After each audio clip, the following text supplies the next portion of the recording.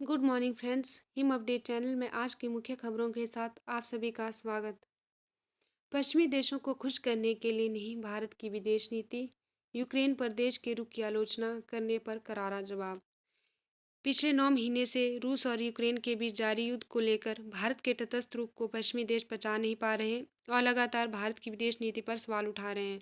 अब विदेश मंत्री एस जयशंकर ने भारत के तटस्थ रुख को सही ठहराते हुए कहा कि हम अन्य लोगों को खुश करने के लिए देश की विदेश नीति नहीं चला रहे हैं। हम इस आधार पर फैसला नहीं लेते कि दूसरे देश किसे अच्छा और बुरा मानते हैं। इमामों को वेतन देने का सुप्रीम कोर्ट का आदेश असंवैधानिक। सीआईसी। केंद्रीय सूचना आयोग ने 1993 के फैसले को गलत उदाहरण तय करने वाला बताया। केंद्रीय सूचना आयोग ने मस्जिदों के इमामों को वेतन देने संबंधी सुप्रीम कोर्ट के 1993 के आदेश को संविधान का उल्लंघन बताया। आयोग ने इसे गलत उदाहरण तय करने वाला फैसला बताते हुए कहा, इसके कारण अनावश्यक राजनीतिक रस्साकसी और सामाजिक असमंजस की स्थिति पैदा हुई है। सूचना आयुक्त उदय माहूरकर ने आरटीआई कार्यकर्ता सुभाष अग्रवाल की ओर से दाखिल आवेदन पर सुनवाई में कहा, करदाताओं के पैसे का इस्तेमाल किसी एक धर्म को बढ़ावा देने के लिए नहीं किया जा सकता।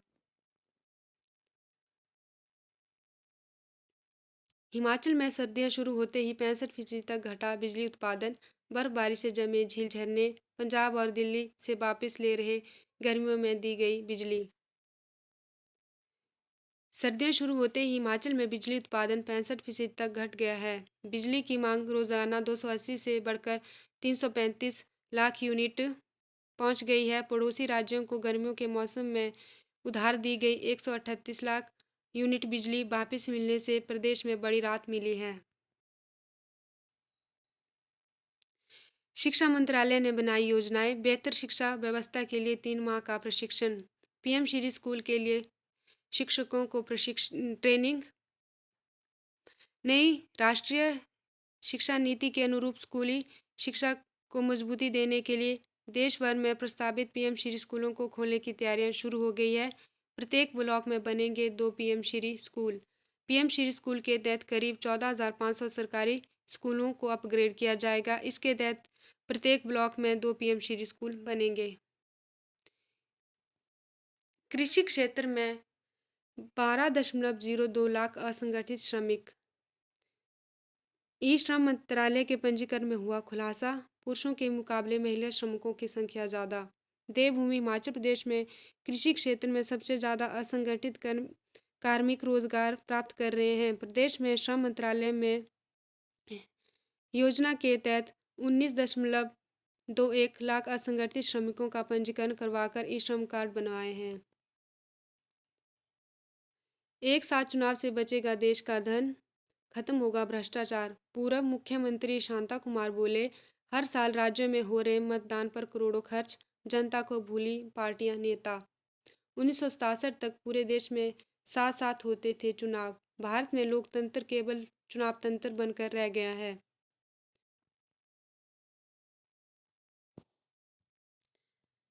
प्रदेश में 10.7% बड़े वोटर्स। विधानसभा चुनाव में युवाओं ने बढ़ चढ़कर किया मतदान। 2017 के विधानसभा चुनाव की तुलना में 2022 में विधानसभा चुनावों में आम मतदाताओं की संख्या 10.7% की वृद्धि दर्ज की गई।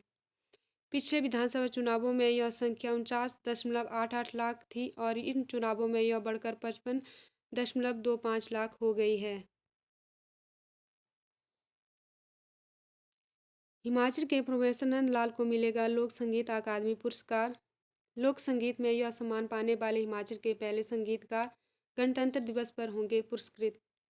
हिमाचल प्रदेश विश्वविद्यालय के संगीत विभाग के सेवानिवृत्त प्रोफेसर नंदलाल वर्मा को गणतंत्र दिवस पर नई दिल्ली में लोक संगीत में अकादमी पुरस्कार प्रदान किया जाएगा। लोक संगीत में यह सम्मान पाने वाले वही हिमाचल के पहले लोक संगीतकार होंगे। 133 लोक अदालतों में 4.26 लाख मामलों की ऑनलाइन सुनवाई आज। हिमाचल में एक दिन में सुनवाइयों का बनेगा रिकॉर्ड। लोग घर से ही मोबाइल पर लगा सकेंगे पेशी। दिए गए फैसलों को नहीं दे सकते चुनौती। लोक अदालत में दिए गए फैसलों को सर्वोपरि माना जाता है। इसे किसी भी अदालत में चुनौती नहीं दी जा सकती। इस निर्णय को सिविल अदालत के निर्णय के समान माना जाता है। कर्तव्य पथ पर इस बार भी हिमाचली झांकी नहीं। गणतंत्र दिवस पर लगातार तीसरे साल हिमाचल की झांकी के कर्तव्य पथ पर प्रदर्शन नहीं होंगे, जबकि देश के अन्य राज्यों की आकर्षक झांकियां लोगों को आकर्षित करेगी। सामरिक दृष्टि से अति महत्वपूर्ण अटल टनल रोहतांग की झांकी पिछले साल आखिरी दौर में बाहर हुई थी। इस बार प्रदेश में हुए विधानसभा चुनावों ने भी हिमाचल की झांकी को दिल्ली जाने की राह रोकी है। केंद्र सरकार ने सभी राज्यों को गणतंत्र दिवस के लिए झांकियां तैयार करने के लिए पत्र भेजा था। इसके बाद भी हिमाचल प्रदेश में झांकी तैयार करने में विफल रहा।